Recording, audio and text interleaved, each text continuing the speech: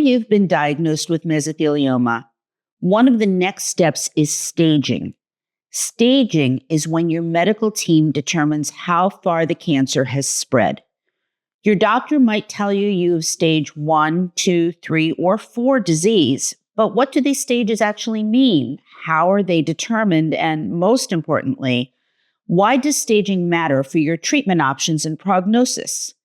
Today, I want to explain everything about mesothelioma staging in terms you can fully understand. I'm Terri Oppenheimer, and I've been writing about mesothelioma and asbestos for the website mesothelioma.net for over a decade. I'm not a physician, and this is not medical advice, but understanding your stage helps you make informed treatment decisions. So let's start with what staging means in general. Cancer staging is a standardized way of describing how much cancer is in the body and where it's located. It's based on 3 main factors: the size and extent of the primary tumor, whether the cancer has spread to nearby lymph nodes, and whether the cancer has spread to distant organs. That spread is what's known as metastasis. For most cancers, staging uses what's called the TNM system. T stands for tumor size and local extent, N for lymph node involvement, and M for distant metastasis. These are combined to create an overall stage ranging from 1 to 4. Mesothelioma staging is more complex than staging for other cancers because it's rare and it has such unique growth patterns. In fact, there are different staging systems for the different types of mesothelioma. Pleural mesothelioma has well-established staging systems, while peritoneal mesothelioma staging is a little less standardized. Before I go on to the details about staging, I'm going to take a break and ask you a quick favor. If you find these videos helpful, please hit the like and subscribe buttons below. It makes it easier for other people who need this information to find us.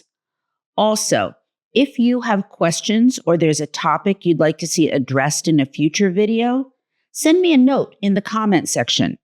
And make sure you watch until the end, because I'm going to give you valuable information on where to find resources that will make a real difference for you. Now, when it comes to staging for pleural mesothelioma, the most commonly used system is the AJCC-TNM staging system. In this system, stage 1 means the cancer is localized to one side of the chest, involving only the pleura on one side with minimal spread. The tumor might affect the parietal pleura that lines the chest wall, the visceral pleura covering the lung, or both, but it hasn't spread to lymph nodes or distant organs. Stage 1 is actually further divided into 1A and 1B based on whether the tumor has invaded the lung tissue or any other nearby structures. Stage 2 means the cancer has spread slightly beyond the pleura on one side. It might involve nearby lymph nodes on the same side of the chest, or the tumor may have invaded the diaphragm or the mediastinum, which is the area between the lungs where you find the heart and major blood vessels. Stage 3 indicates a more extensive local spread. It means the cancer has spread to lymph nodes on the opposite side of the chest or in the neck, as well as the chest wall, through the diaphragm into the abdomen, into the pericardium around the heart, or into other local structures. Stage 3 disease is considered locally advanced, but it still hasn't spread to distant organs. Stage 4 is the most advanced stage. For patients identified as stage 4, the cancer has spread to distant organs, the liver, bones, brain, or other sites far from the original tumor. That's an extensive spread throughout the chest, and it makes the disease unresectable, which means it can't be surgically treated. It can also mean that the cancer has spread pretty extensively throughout the body. Now, how is staging determined? Clinical staging is based on imaging studies, CT scans, PET scans, and MRIs that show the extent of the tumor, lymph node involvement, and possible distant spread.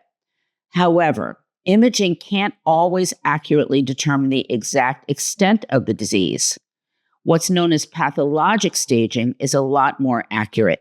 It's based on what's found during surgery, after the surgeon has directly viewed the extent of the tumor and the pathology lab has examined any lymph nodes that were removed.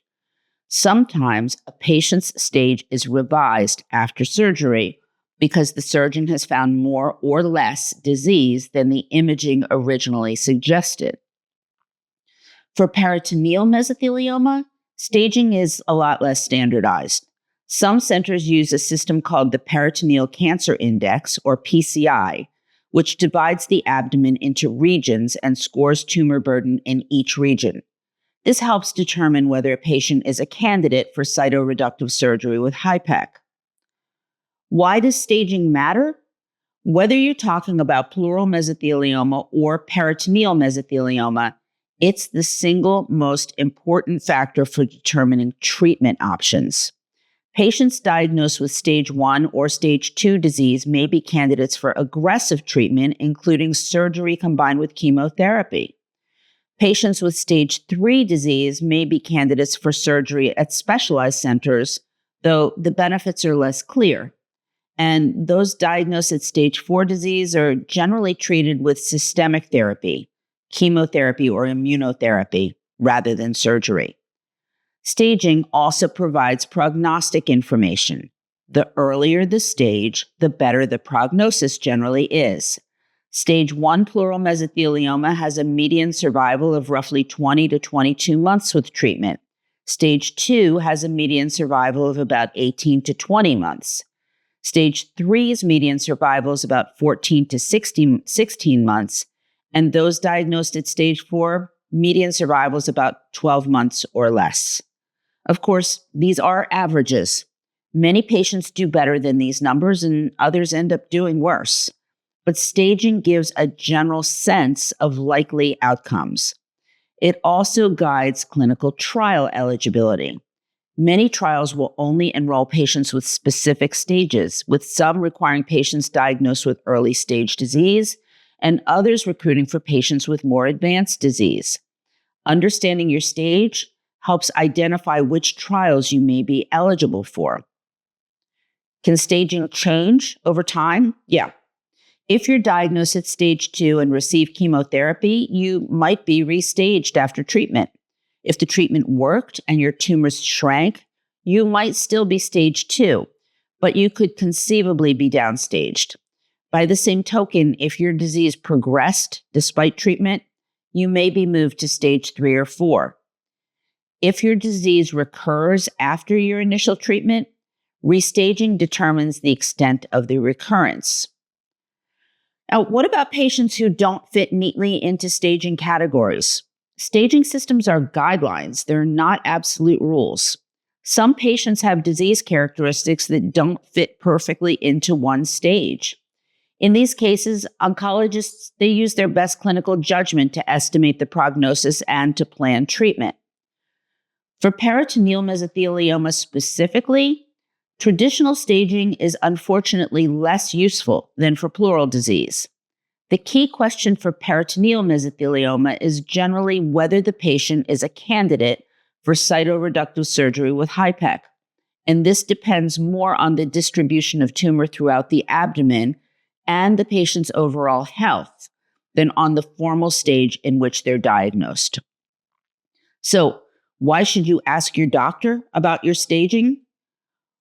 You should ask them what stage my mesothelioma is, how is the stage determined, through clinical or pathologic staging? Could my stage change with more information? What does this stage mean for treatment options? What does it mean for my likely prognosis? Am I a candidate for surgery given my stage? And will I be restaged after treatment? All of those are worth asking. To review, mesothelioma staging describes how far your cancer has spread from stage 1, which is localized to one side, through stage 4, which means it has spread to distant organs. Staging is determined through imaging studies and sometimes through surgery.